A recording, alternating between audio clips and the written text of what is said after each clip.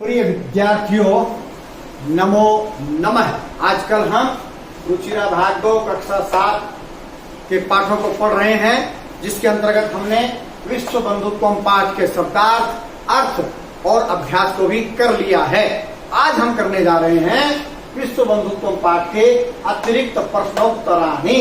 तो अतिरिक्त प्रश्नोत्तराणी को करें उससे पहले यदि आपने अभी तक संस्कृत शिक्षा चैनल को सब्सक्राइब नहीं किया है तो सब्सक्राइब कर लीजिएगा, साथ में बेल आइकन का बटन अवश्य दबाइएगा ताकि भविष्य में आने वाली सभी वीडियो का नोटिफिकेशन आपको प्राप्त हो सके। इसी के साथ वीडियो को लाइक कीजिए और साथ में शेयर भी कीजिए ताकि आपके मित्रगण भी पाठों के अर्थ, अभ्यास और अतिरिक्त प्रश्नोत्तराणी को अच्छे प्रकार से कर सकें। तो चलिए अब चलते हैं विश्व बंधुत्व पाठ के अतिरिक्त प्रश्नोत्तराणी को करने के लिए। अतिरिक्त प्रश्नोत्तराणी विश्व बंधुत्व पाठ के अतिरिक्त प्रश्नों को कर रहे हैं। प्रश्न नंबर 1, निम्नलिखितानां प्रश्नानां वैकल्पिक उत्तरेषु समुचितम उत्तरम दीयता। नीचे लिखे गए प्रश्नों में से वैकल्पिक जो उत्तर है उनमें से ठीक उत्तर दीजिए। तो क्या है प्रश्न नंबर 1, यह राष्ट्र विप्लव सहायताम करोति अस्ति। जो राष्ट्र विप्लव में सहायता करता है वह कौन होता है? शत्रु, दुष्ट, अमित्र है, बंधु। बंधु होता है भाई।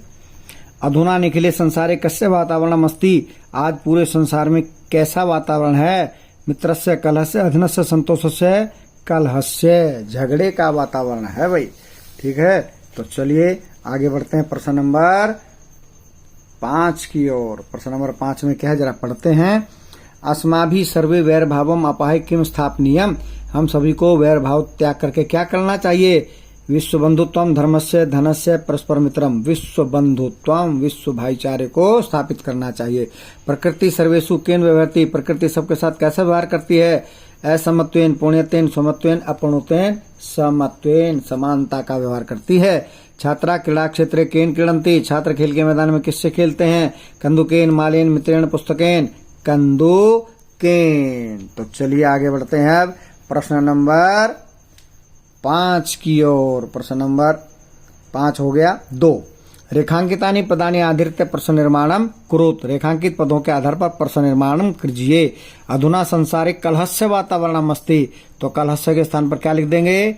कस्य। प्रश्न क्या बनेगा? अधुना संसारे कस्य वातावरणम अस्ति। अस्ति के बाद आएगा प्रश्नवाचक चिन्ह। देशानाम विकास अवरुद्ध। देशानाम के स्थान पर क्या लिखेंगे? केसाम। प्रश्न क्या बनेगा? पढ़ते हैं जी, क्या बनेगा? केसाम विकास अवरुद्ध। अवरुद्ध के बाद प्रश्नवाचक चिन्ह आएगा। देशः समृद्धि प्राप्तुम समर्था भविष्यन्ति। देशः तो कह कऊ के बहुवचन आएगा के, क्योंकि देशा बहुवचन है। प्रश्न क्या बन जाएगा? के समृद्धिम प्राप्तुम समर्था भविष्यन्ति। प्रश्नवाचक चिन्ह। प्रकाश सर्वत्र प्रसरति। प्रकाश कह। प्रकाश के स्थान पर क्या आएगा? कह। प्रकाशम प्रकाश कह सर्वत्र प्रसरति। प्रसरति के बाद प्रश्नवाचक चिन्ह आएगा। सर्वै विश्व बंधुत्वम स्थापनीयम। विश्व बंधुत्वम, विश्व बंधुत्वम के स्थान पर आएगा किम। तो क्या बन गया प्रश्न? सर्वै किम स्थापनीयम। अंत में प्रश्नवाचक चिन्ह आएगा। तो चलिए चलते हैं प्रश्न नंबर 3 की ओर। प्रश्न नंबर 3 क्या कहता है? भिन्न प्राकृतिकम पदम चुनो। जो भिन्न प्रकृति पद है, 4 पद दे रखे उसमें से जो अलग सा प्रतीत होता है उसको लिखो। उत्सवे कंदुकम व्यसने दुर्भिक्षे। तो अलग क्या है? कंदुकम। डैश लगाकर आगे क्या लिख देंगे? कंदुकम। जब अलग लिखना हो तो अनुस्वार नहीं आएगा, मैं ऐसे लिखना है कंदुकम।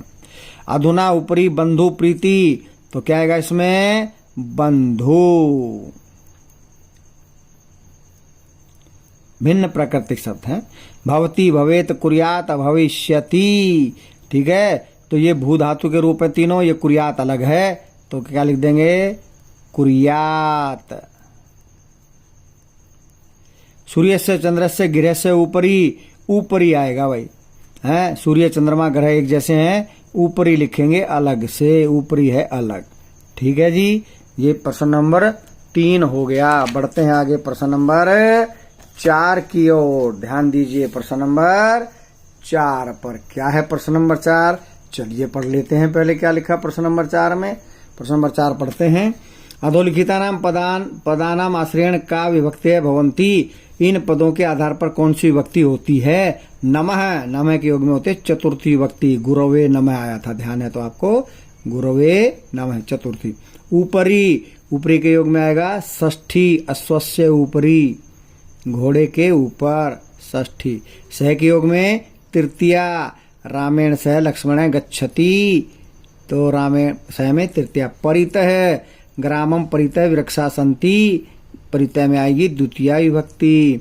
उभयतः, उभयतः में भी आएगी द्वितीया विभक्ति।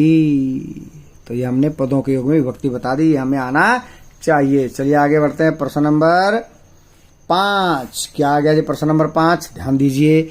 अधोलिखितम गद्यांशम पठित्वा प्रदत्त प्रश्नानाम उत्तरम एक पदेन लिखत। नीचे लिखे गए गद्यांश को पढ़कर दिए गए प्रश्नों के उत्तर एक पद में लिखो। एक पद में उत्तर लिखना है।